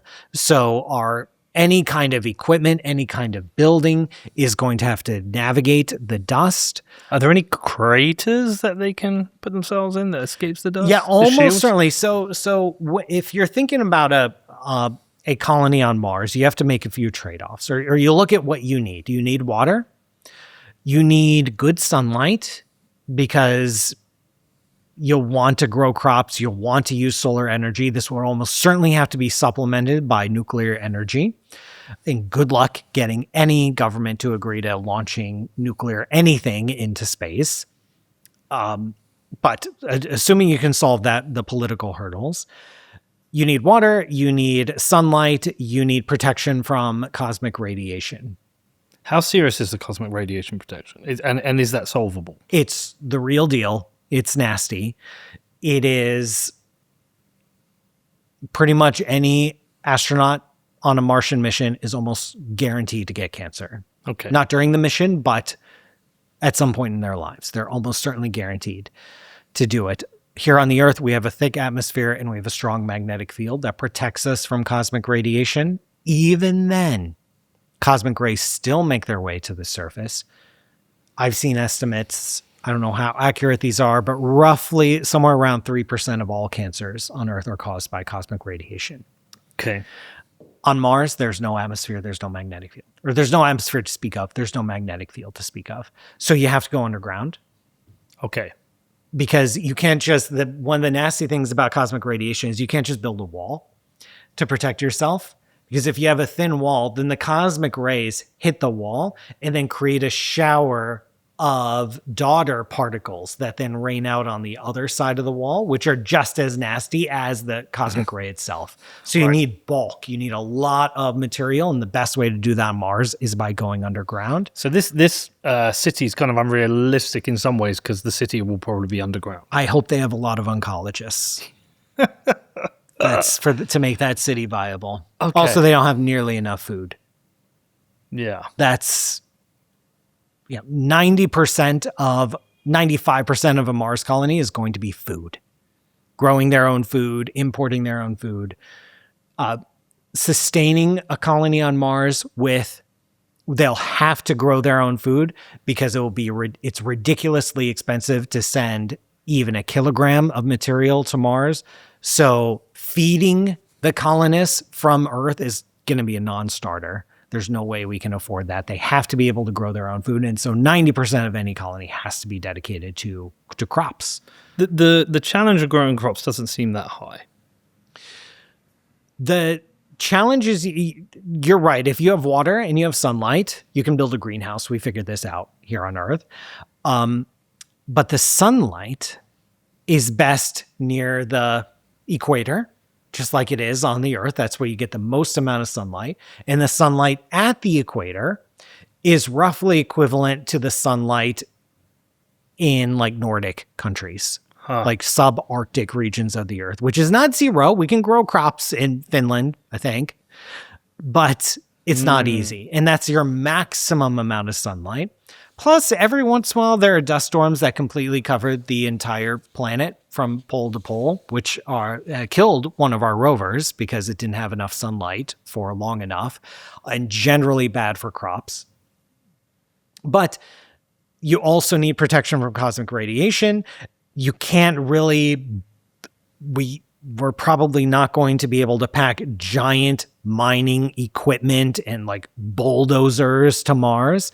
So you need to use natural features. There are lava tubes, there are cave tubes that you can possibly use as our first bases, our first settlements. Those tend not to be found in the equator regions. So the best, and then you also need water. And the most water is at the poles. So you have, if all you wanted was shelter and water, your answer are the polar caps, but then you don't get sunlight. And if all you want is sunlight, your best bet is the equator, but then there's very little water and there's not a lot of natural features in the Martian terrain to give you protection. So you have to make all these trades where you get the best you can of all three, of protection, water, and sunlight. There have been studies, and there are some regions in the northern plains that appear to have a lot of overhangs, a lot of canyon features that we could use for natural protection, have good but not great sunlight, and then access to underground water reserves, frozen water reserves. And then you still only live off potatoes and barley. Hope you like your potatoes and barley. That's what Finland grows. And mushrooms, probably. Finland grows potatoes and barley. There we go. When Elon Musk was on Joe Rogan, he talked about terraforming Mars, like it's possible. Again, not physically impossible. We can't even terraform the Earth, and we're here. So the thought of terraforming another planet, the problem with Mars is that it's already dead. And so it's like trying to, it's like putting the paddles on a cadaver. You just because all the matter is there doesn't mean you have it in the right ingredients and the right combinations. There is frozen water on Mars, and it's in the polar ice caps. It's underground. If you were to liberate all the water on Mars, and liberate is a polite euphemism for blowing it up. If you were to liberate it, all the water on Mars, the current Martian air pressure is around 1% of the Earth. If you were to liberate all the water on Mars, you might make it to 2%. There simply isn't a lot of water. It lost most of its water. Only a small fraction of it remains frozen underneath the surface. There just aren't a lot of frozen gases. If you were to release all of the frozen carbon dioxide on Mars, you might make it to like 3% of Earth's air pressure, maybe 4% if you're lucky. And this would require more energy. I don't have the numbers off the top of my head, but to actually extract this energy, you have to blow it up. Or to extract these elements, you have to blow it up. So that means sending weapons to Mars.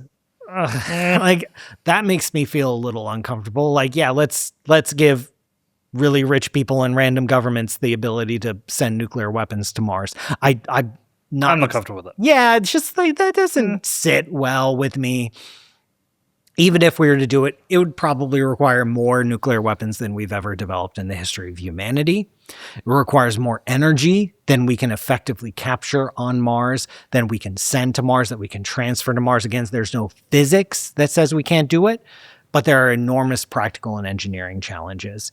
Your best bet to raising the air pressure on Mars is to start dragging in comets and letting them bombard the surface, which would render Mars uninhabitable for, 1,000 years or so. But then after that, it might be okay. So really, in some ways, the question of Mars itself and establishing a colony there, and there's a morality question there of putting this much time, energy, and money into it. I'm right at the end of Annie Jacobsen's book, Nuclear War Scenario, which I went to read after watching A House of Dynamite on Netflix, just to understand what nuclear war would look like. And there's a big... That's good. This is where you are right now. Yeah, I'm at that place. And there's a big question of morality there, is the amount of time, energy, and money that every nuclear state has spent on developing and creating a nuclear deterrent that should never be used. Where else could that money have been spent? And so, look, if Elon Musk wants to do this is his money. If it's his money, yeah. I don't like it when people ask questions about how I spend my money, which is mostly cheese, honestly. But like no one asks, and we're all good. And so if it's his money and the money of private investors, fine.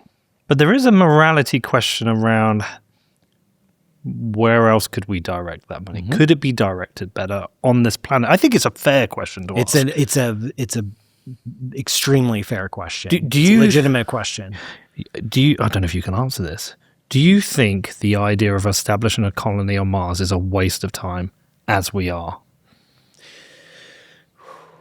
On the spot, I got to answer this, don't I? Yeah. Given, yes, short version. Long version, given how difficult it is, given how much engineering effort has to go into it, it's almost certainly a waste of time. But there's always, the world is rarely black and white. We may have new physics in the future. We may have new physics in the future. And one of the reasons that NASA, up until recently, has enjoyed broad bipartisan support in the United States is that we recognize that, yeah, we don't really need a space station. But the technologies we had to develop to make a space station possible end up having direct economic benefits in the world. We are able to develop new technologies, new materials, new understanding of biological systems that do have direct benefits to society here on the Earth. And that one of the reasons we continue human exploration of space is it serves as an economic driver, that when we are faced with challenges of sending humans into space, sending probes to the distant solar system, et cetera, and by extension, sending humans to Mars, we have to create new technologies to make that happen. We have to do a lot of research and heavy lifting. And then those technologies we can then import and use for ourselves. That is not single purpose. Like all the technology that's used to go to Mars just stays in the Mars bucket and never leaves. It spills out and we get to enjoy those benefits. Are there other ways to achieve the same technological ends? Well, then that's probably yes, in which case that opens up a much broader discussion. How much life has our International Space Station got? It is going to be deorbited in the mid-2030s, about a decade from now. Is a successor planned? Like I said, NASA's kind of going through a thing at the moment. It's kind of hard to make long-term plans. The stated successor to the International Space Station is to open up and accelerate investment in private commercial activities in low Earth orbit. So there are many private companies that are vying for NASA contracts to serve as successor station or stations in low Earth orbit, where NASA becomes a buyer of those products, where there's like a space hotel over there. There's a space casino over there. There's this space den of iniquity over there, and everyone's making money. And then like we can rent some space, some portion of the station to do science or something. Go capitalism. Right. Hey, if that makes more science sense? possible, I'm all for it. All right. Last thing we should talk about. See, I didn't need Just this. the last thing? Well, we could go on all day. The 3-Eye Atlas. 3-Eye Atlas. Is it a mothership with probes, or is it It's a comet. It's definitely a comet. It's definitely a comet. Is there non-zero chance that it's an alien spaceship? Of course, there's a non-zero chance. We're here for that. You're here for that. Listen. Do we want that? Is that a good thing? To me, it's Independence Day. And we won. Kind of. Most of us died. Does anyone win? Does anyone win? Should I tell you the big philosophical questions? Does anyone? That's going to sit with me, Connor. So there's only one person advancing the idea that this might be an alien spacecraft, and that's Avi Loeb. Yes. Who said the same thing about the last interstellar object, who said the same thing about the interstellar object before that. It's his thing. It's his game. This is a very, very tricky space. I've known Avi for many years. I've collaborated with him in the past. He was a very well-known and well-respected astronomer in the community. That was past tense. It was past tense. Ugh. It's not that the astronomical community rejects Avi Loeb because he thinks there might be aliens out there. That's not the reason. We reject him because he's wrong. Okay. And we have evidence that he's wrong. And he's playing dirty pool. He's claiming the mantle of scientific inquiry and freedom of research thought, which is his right, and like we all do. It's clickbait. It's also clickbait. And it's also when he has provided evidence to the contrary, he is not following through with his scientific integrity, which is to put away hypotheses that the data demonstrate to be wrong. So, for example, Avi and I had a back and forth with Oumuamua, the first discovered international, technically also international, but interstellar visitor. Was it called Eye Atlas or One Eye? It was called One Eye Oumuamua. Okay. So I stands for interstellar, and then we don't have a lot of them, so it's just 1, 2, 3, and then eventually we'll get 4, 5, 6. If we end up finding a lot more, we might end up coming up with another numbering scheme. So that was also weird, wasn't it? So here's the thing about comets, and I love this quote. I've just found this quote this morning, actually. Comets are like cats. They have tails, and they do whatever they want. That's brilliant. No two comets are alike. You could look at any comet and make a solid case that this comet is unique, this comet is special, and this comet deserves further study. And we expect interstellar comets to be even weirder because they have different histories. The comets in our solar system have spent their entire lives, billions of years orbiting the sun. So at least they have the same common ancestry and common set of characteristics. Even with that, they're all different. They all have different personalities. They all exhibit anomalous behavior in one dimension or another, in one property or another.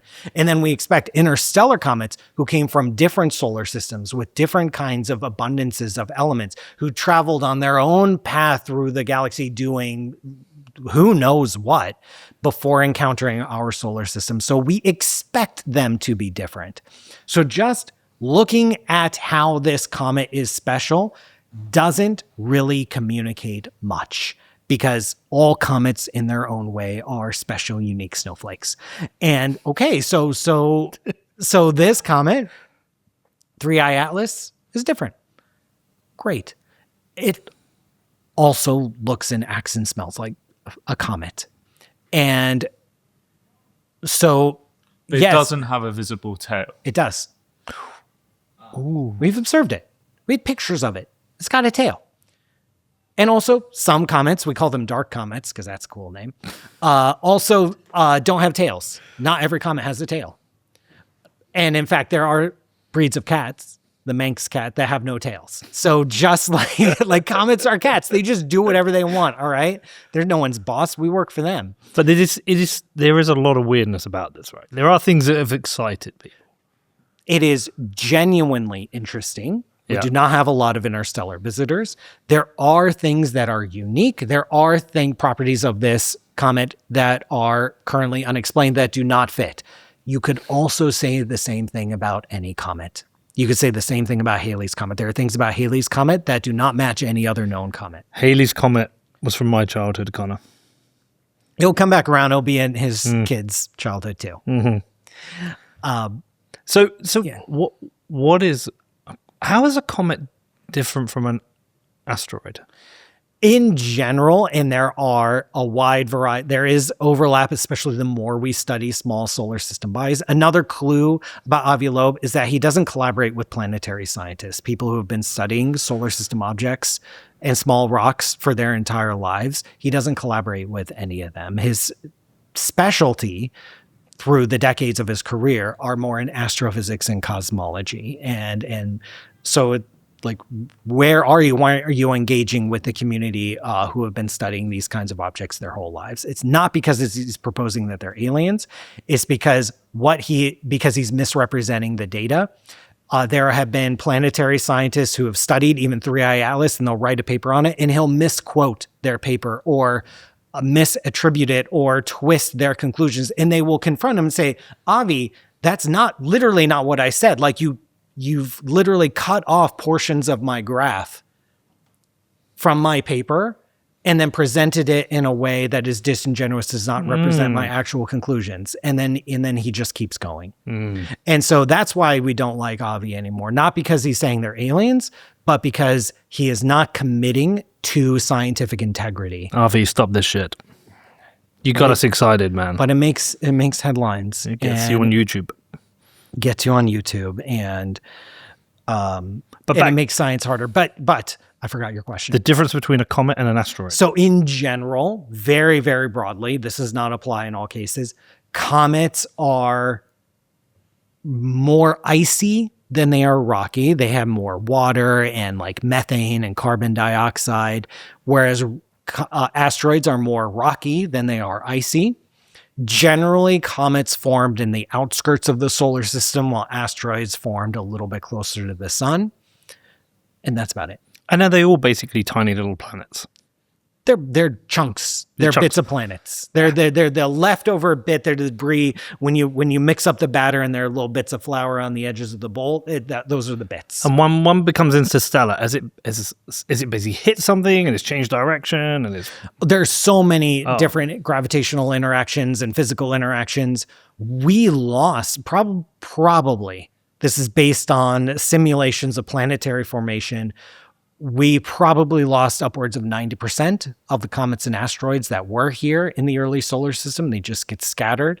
We may have even lost entire planets. There's a model we certainly lost planetesimals and protoplanetary objects.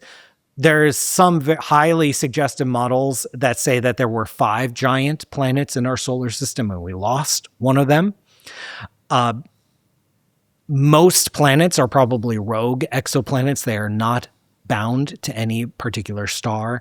There are countless asteroids, comets, bits of debris floating around the galaxy, but the galaxy is also really, really gigantic, which is why they only rarely intersect the solar system.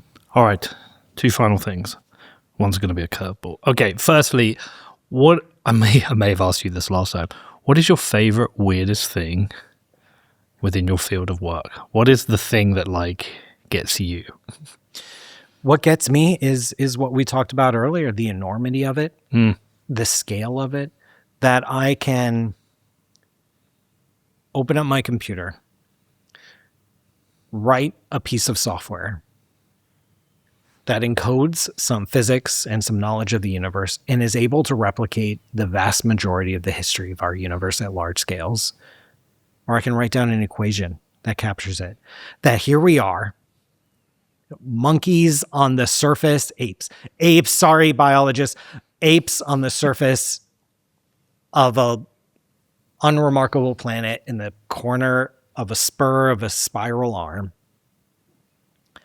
can sit here and talk about supernova, interstellar visitors, traveling to Mars, the origins of the universe itself. That's what gets me. So that links nicely to my last thing, because this is the second time I've interviewed you now, and I think we're probably going to do it forever, or as long as we can. Be the holiday special. The holiday special. I think in both interviews, there's moments I sense you get a little bit emotional. Yeah, Yeah. I'm an emotional guy. Yeah. But when Connor asked you that question, it was quite a philosophical one, and I just sensed the emotion coming out from you. And so, you know, do you think about all this differently? I think the answer is yes, but you think about all this differently as a family man than when you were just a young nerd. A young nerd roaming the streets of Paris. Thinking about the space above. Absolutely. The loves that I have in my life have changed my perspective, have changed my approach. I'm blessed and I'm lucky to have a home filled with love, with a wife that supports me and does amazing things. She's a modern dance choreographer, by the way, so she has her own passionate curiosity about the universe that I get to have the privileged position of getting to follow. I have 2 stepsons that are the lights of my life, and that I'm so lucky in love and so lucky in life that that is how I think about it. I center my life on love and what's special and good about humanity. Yes, we have a lot of rough edges. Yes, we have a lot to learn. Yes, there's a lot of suffering in this world that we need to address and that we need to fight against. But I don't know where I'm going with this except just being emotional. I'm not saying like love is the answer. I know what I'm saying is that there is a lot in this universe that is not captured by physics. Yes, I'm in awe of what we are able to understand. I also recognize and acknowledge that there's a lot that we don't, and that there's a lot of room that science is an expression of our humanity. It's an expression of our curiosity. There are many other expressions of that humanity and many other expressions of that curiosity that I see science as one thread in this tapestry of human existence. We're here, we exist in a universe that we barely understand. And part of our humanity is to ask questions and to find answers. And if your answer is in understanding the Big Bang, go for it. If your answer to that is to be at home and read a good book, then go for it. If your answer is to love your neighbor and treat them with respect, then go for it. There's so many different ways to answer our place in the universe, and I'm just lucky to be a part of it.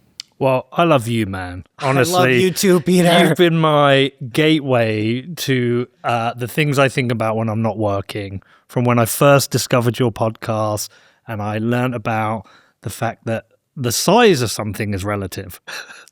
And I can tell you where I was. I used to run a lot. I used to run everywhere back before I did my back end. And this is probably, I'm going to estimate about, 14 years ago, 13 years. When did you start the podcast? 7 or 8 years ago. Oh, so whenever that was. Sorry, my estimates are off. But I was running, and I was running down in Devon, and I was listening to the episode on special relativity or general relativity. I can't remember. There was relativities. There was 2 parts to Probably, it. I think that was special. Special relativity. General relativity, I think I did like an 8-part series on or something crazy like that. And I've made so many people listen to it. And sorry, everybody. And I loved your work and your explanation. So thank you for coming again to do this. I really appreciate it, and I hope we get to do it every year.